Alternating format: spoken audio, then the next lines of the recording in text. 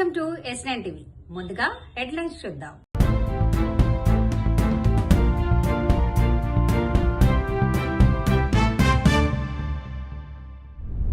సిద్దిపేటలో హరీష్ రావును గద్దె దించే వరకు నిద్రపోను. 2 ఏళ్లలో శాంతి భద్రతలు, మహిళా రక్షణ, డ్రగ్స్ నియంత్రణలో గణనీయ పురోగతి. బోయిన్పల్లిలోని ప్రభుత్వ భూమిని కేటీఆర్ దారాదత్తం చేశారు. గోదావరి కని సింగరేణి ఏరియా హాస్పిటల్ పరిశీలన కల్వకుంట్ల కవిత. మా అందరికీ నమస్కారం.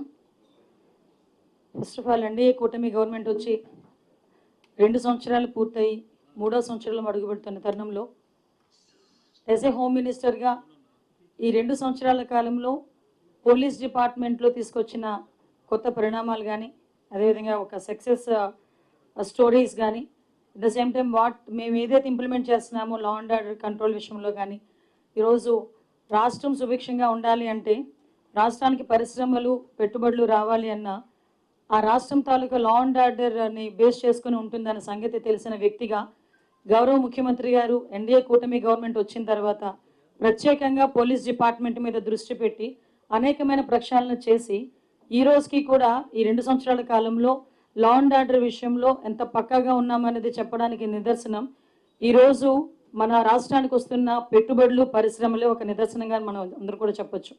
ఎందుకంటే ఒక పెట్టుబడిదారుడికి ఇక్కడికి రావాలి, ఇక్కడ పెట్టుబడి పెట్టాలంటే ఒక నమ్మకం కలగాలి.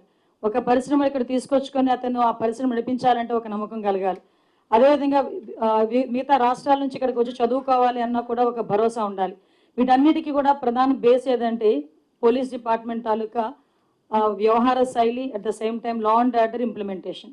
లాస్ట్ 5 సంవత్సరాలు అంటే 2019 నుంచి 24 వరకు పోలీస్ డిపార్ట్మెంట్ అంటే ఎలా అయిపోయిందంటే, ఏదో ప్రతిపక్షాలు ఇళ్ల దగ్గర కాపలా కాయడానికో, లేకపోతే ఎక్స్ సీఎం వెళ్ళేటప్పుడు పరదాలు కట్టడానికి పరదాలు పట్టుకుని నుంచోడానికో, లేకపోతే అక్రమ అరెస్టులు చేయటానికో, లేకపోతే వాళ్ళు ఏం చెప్తే అది చేయటానికి తప్పించి వాళ్ళకి స్వయంగా వాళ్ళ చిత్తశుద్ధితో వాళ్ళు వేసుకున్న కాకి చొక్కాకి గౌరవం ఇచ్చేటట్టు పనిచేసే పరిస్థితి కనిపించలేదు.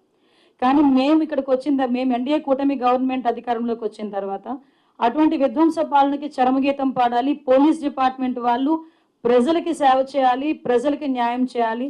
పోలీస్ డిపార్ట్మెంట్ అంటే అదొక పవర్ కాదు, పోలీస్ డిపార్ట్మెంట్ అంటే ఒక రెస్పాన్సిబిలిటీ, పోలీస్ డిపార్ట్మెంట్ అంటే ఒక రెస్పెక్ట్ అన్న ఉద్దేశంతో ఈరోజు మా పోలీస్ డిపార్ట్మెంట్ వాళ్ళు పనిచేస్తున్న తీరుకి నేను ఈ 2 సంవత్సరాల కాలంలో చేసిన ఈ పనితీరుకి నేను ఈ వేదిక మీద వాళ్ళందరినీ కూడా అభినందిస్తున్నా. ఎందుకంటే ఇది మాకు ఒక జవాబుదారీతనం. ఈరోజు 2 సంవత్సరాల తర్వాత మేము వచ్చి ఇది చేసామని చెప్పడానికి ఏ నాయకుడికైనా దమ్ము ఉండాలి. ఈరోజు 2 సంవత్సరాల పరిపాలనా కాలంలో ప్రతి శాఖ మంత్రి కూడా వచ్చి ఈరోజు మేము మా డిపార్ట్మెంట్లో ఇది చేసామని చెప్పి గర్వంగా చెప్పగలుగుతున్నాము అంటే గవర్నమెంట్కి ఈరోజు పబ్లిక్ మీద ఉన్న చిత్తశుద్ధి మీకు ఎలా ఉంటుందో మీ అందరికీ కూడా అర్థం అవ్వాలి. ఈరోజు మనందరికీ తెలుసు, యాక్చువల్గా పోలీస్ డిపార్ట్మెంట్కి సంబంధించి ఈరోజు ఎన్డీఏ కూటమి గవర్నమెంట్ వచ్చిన తర్వాత దగ్గర మనం ఒకసారి మీకు పవర్ పాయింట్ ప్రెజెంటేషన్ కూడా ఉంది, ఒకసారి చూస్తే కనుక మన వాళ్ళు ఒకసారి పెట్టారు, పవర్ పాయింట్ పెట్టారా, ఒకసారి చూసుకోండి. ఒకసారి బేస్ చేసుకుంటే ఈరోజు మనకి సంబంధించి నేరాల సంఖ్య అంటే క్రైమ్ రేటు సుమారుగా 14.1% తగ్గింది ఈరోజు క్రైమ్ రేట్. అంటే ఓవరాల్గా 2022 నుంచి 24 వరకు నుంచి 2024 నుంచి 26 వరకు చూసుకుంటే దగ్గర 34,014 కేసులు తగ్గాయి. అంటే ఈరోజు ఈ క్రైమ్ రేటు తగ్గింది అని చెప్పడానికి ఇది ఒక ఉదాహరణ కింద మనం కూడా చెప్పొచ్చు.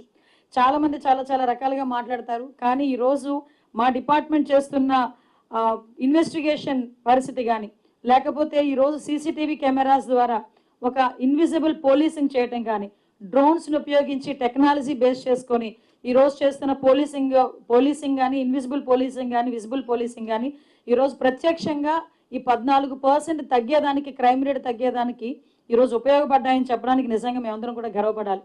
ఈరోజు పరిస్థితి ఎలా ఉందంటే, ఇంతకు ముందు టెక్నాలజీని బేస్ సీసీటీవీ కెమెరాస్ ఉండేవంటే 14,000 సీసీటీవీ కెమెరాస్ సుమారుగా 2018లో గౌరవ ముఖ్యమంత్రిగా చంద్రబాబు నాయుడు గారు ఉండేటప్పుడు ఇన్స్టాల్ చేస్తే, మ్యాట్రిక్స్ సంస్థ చెప్పి ఇన్స్టాల్ చేస్తే 2019 నుంచి 24 వరకు వాటికి కనీసం ఛార్జెస్ కూడా ఇవ్వకుండా, అంటే వాటికి మెయింటెనెన్స్ ఛార్జెస్ కూడా ఇవ్వకుండా ఈ 5 సంవత్సరాలు కూడా వాటిని నిరుపయోగంగా వదిలేసి కేవలం బొమ్మలు మాత్రమే ఉండే పరిస్థితుల్లో కనిపించేవి సీసీటీవీ. ఓట్లు పోయింది, దాని తర్వాత మనకు గాంధీ కమ్యూనిటీ హాల్ ఉండే, అది కూడా కమ్యూనిటీ డంప్ యార్డ్ చేసింది ఎవరు? ఇదే బీఆర్ఎస్ బోర్డు మెంబర్లు అప్పుడు ఎమ్మెల్యే ఉండే వారందరూ కలిసి ఆ కమ్యూనిటీ హాల్ని కూడా ఈరోజు డంపింగ్ యార్డ్లో చేసి ఇబ్బంది. బీఆర్ఎస్ ద్వారా కంటోన్మెంట్ జరిగింది ఏమీ లేదు, వాళ్ళ ద్వారా అన్ని నష్టమే. వారు చేసిన తప్పులు వేరే వాళ్ళ మీద నెట్టాలని చూస్తున్నారు. 10 సంవత్సరాల్లో మీరందరు బాధ్యత గల వ్యక్తులు ఇక్కడ ఉన్న వాళ్ళందరూ చూసే వాళ్ళందరూ రిక్వెస్ట్ చేస్తున్నా, కొత్త రాష్ట్రం ఏర్పడినప్పుడు వారి బాధ్యత కాదా, ఇది గవర్నమెంట్ ల్యాండ్ అన్నప్పుడు వాళ్ళు కాపాడుకొని కంపౌండ్ వాళ్ళు కట్టాల్సింది కదా. వాళ్ళు కంపౌండ్ వాళ్ళు కట్టలే, ఏం చెయ్యలే. అప్పుడేమో వాళ్ళకి ఇచ్చేసి ఇప్పుడు వచ్చి డ్రామాలు చేస్తున్నారు. స్వయాన మీకు తెలుసు, మనకు సాయన్న గారు క్యాంప్ ఆఫీస్ కూడా మారేడుపల్లికి ఇస్తే రేమాన్ మటన్ షాప్ పక్కకు అది కూడా కేసులు ఉంది. ఆ కేసు కూడా నిన్న మొన్న ఒక తీర్పు వచ్చింది. తీర్పులు అప్పటి నుంచి నడుస్తూ ఇప్పుడు తీర్మానంకి వస్తే దాన్ని వేరే మీద నెట్టేయాలా, వాళ్ళు దుడుచుకోవాలా. ఇదే పనిలా నేను ఉండను. ఊకే పిచ్చి పిచ్చోకి మాట్లాడితే నేను జవాబు ఇవ్వాలి. నా జవాబు జనాలకి ఇస్తా. నేను నవ కంటోన్మెంట్ నిర్మాణం చేయాలి కాబట్టి నేను డెవలప్మెంట్ ఆలోచనలు ఉన్నా. వీళ్ళందరూ డిజాస్టర్ ఆలోచన బీఆర్ఎస్ వాళ్ళది. దాన్ని కన్ఫ్యూజ్ చేయాలా, నేను డైవర్ట్ చేయాలా. నేను కన్ఫ్యూజ్ కానీ డైవర్ట్ కాను. నాది ఒకటే ఒక లక్ష్యం, కంటోన్మెంట్ని నవ కంటోన్మెంట్ నిర్మాణం. అంటే ఇలాంటి చిన్న చిన్న విషయాలు కూడా ఒక 1 MGD నీళ్ళు తీసుకురావచ్చు, భవిష్యత్తులో రిజర్వాయర్ తీసుకురావచ్చు, స్కూల్స్ కాలేజు అన్నీ చేయాలని ఆలోచించు. వాళ్ళకి ఏంటంటే ఏదో వేసేయాలా, ఎంజాయ్ చేసుకున్నా, టీవీలో వచ్చిందా, పేపర్లో వచ్చిందా, సోషల్ మీడియాలో వచ్చిందా. ఈరోజు గాంధీ భవన్లో ఈ సమావేశం ఏర్పాటు చేశారు మా వివేకానంద. అంటే ఇది గౌరవ ముఖ్యమంత్రి గారు, పిసిసి గారు, మా వివేకానంద ముగ్గురు చర్చించిన తర్వాత, ఎందుకంటే రాబోయేది విదిన్ నో టైం మున్సిపల్ ఎన్నికలు రానున్నాయి. వీరి ఉద్దేశం ఏంటంటే మన కోసం కష్టపడ్డ కార్యకర్తల ఎన్నికలు ఇవి. సిద్దిపేటలో 44 వార్డ్స్ ఉన్నాయి, అంతేనా? 43 వార్డ్స్ ఉన్నాయి. ఇప్పుడే డాక్టర్ సూర్యవర్మ గారు చెప్పినట్టు మనకు దాదాపు 26 సంవత్సరాలు అయింది మున్సిపల్ చైర్మన్ లేకుండా. అక్కడ 95 నుంచి 2000 వరకు మన మున్సిపల్ చైర్మన్ ఉండే. ఒకటి గమనించాల, ఇవాళ మనం ప్రభుత్వంలో ఉన్నాం. మరి ఇప్పుడే మహేందర్ యాదవ్ గారు చెప్పినట్టు ఇక్కడ కష్టపడ్డ కార్యకర్తలు ఉన్నారు. ఎన్నో కేసులు బుక్ అయినాయి. ఈ 10 సంవత్సరాలు అయితే కంటిన్యూగా సఫర్ అయింది. మీకోసం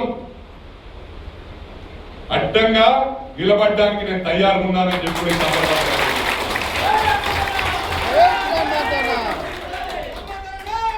ఈ మున్సిపల్ ఎన్నికల్లో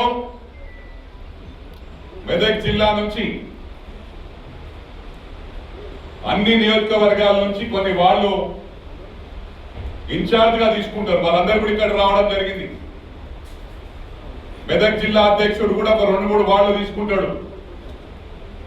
చెరుకు సీనన్న తీసుకుంటాడు. ఇక్కడ ఉన్న నాయకులు రఘువర్ధన్ గారి డబ్బులు బాగున్నాయి, కనీసం ఒక 3-4 గెలిచారా.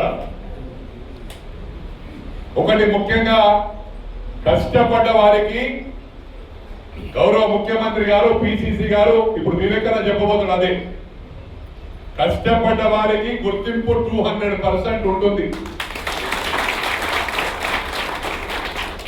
ఇక్కడ బుల్లెట్ దిగిందా లేదా లెక్క.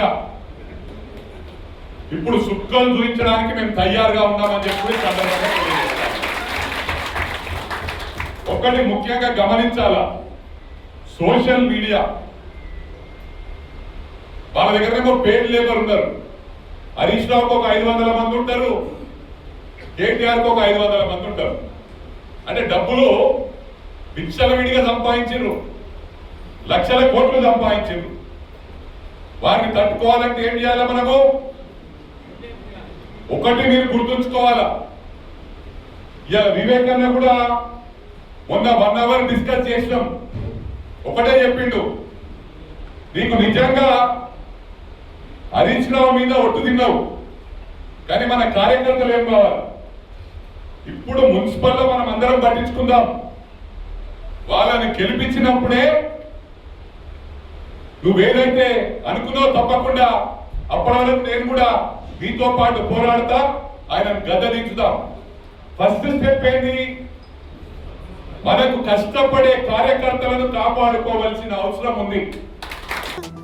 సింగరేణి కాలనీస్లో ఎవరైతే మన కాలనీలు ఉంటాయో, మన వర్కర్స్ మైనర్స్ ఉండేటటువంటి కాలనీలు ఉంటాయో, ఆ కాలనీలలోకి మంచి నీటిని సరఫరా చేయడం అనేటటువంటిది సింగరేణి యొక్క కనీస బాధ్యత. మరి ఇవాళ గోదావరి కని టౌన్లో ఉన్నటువంటి సర్వమైనటువంటి డ్రైనేజ్ నీళ్ళు కలిసేటటువంటి నీళ్ళనే డైరెక్ట్గా సప్లై చేస్తున్నారు తప్పితే ఫిల్టర్ చేసి సప్లై చేయలేనటువంటి పరిస్థితి ఉన్నది. అంటే మొత్తం మళ్ళీ మైనర్స్ అందరు కూడా, వర్కర్స్ అందరు కూడా నీళ్ళు కొనుక్కునే పరిస్థితి. సింగరేణి గని కార్మికులే కాదు, ఇంకొక 30,000 మందికి కూడా అదనంగా ప్రజలకు, సామాన్య ప్రజలకు కూడా సింగరేణి ఫిల్టర్ సిస్టమ్ ద్వారా నీళ్ళు అందిస్తున్నారు ఇప్పటికే. కానీ ఈ సిస్టమ్ అంతా కూడా 4 years నుంచి కట్టకుండా ఒక 20 కోట్ల డబ్బు దీంట్లో పోసి వృధా అయిపోయినందుకు చాలా ఇబ్బందులు పడుతూ ఉన్నారు మొత్తం గోదావరి కనిలో ఉన్నటువంటి ప్రజలు, ముఖ్యంగా గోదావరి కనిలో ఉన్నటువంటి కార్మికులు. కాబట్టి మేము టీఆర్ఎస్ అండ్ హెచ్ఎంఎస్ తరఫున డిమాండ్ చేస్తూ ఉన్నాం, ఈ ఫిల్టర్ బెడ్ పనులను త్వరితగతిన పూర్తి చేయాలి. ఖచ్చితంగా స్వచ్ఛమైన నీరు అందించాల్సినటువంటి కనీస బాధ్యత సింగరేణి మీద ఉంది. కాబట్టి స్వచ్ఛమైన నీరు అందించాలని చెప్పి ఫిల్టర్ బెడ్ పనులు తొందరగా పూర్తి చేసి ఈ ర్యాపిడ్ ఫిల్టర్ సిస్టమ్, ఈ 7 layers ఏదైతే ఉందో తొందరగా పూర్తి చేయాలని యాజమాన్యాన్ని నేను డిమాండ్ చేస్తూ ఉన్నాను. జై తెలంగాణ, జై సింగరేణి. ఇంతటితో వార్తలు సమాప్తం. మరిన్ని అప్డేట్స్ కోసం చూస్తూనే ఉండండి S9 TV న్యూస్.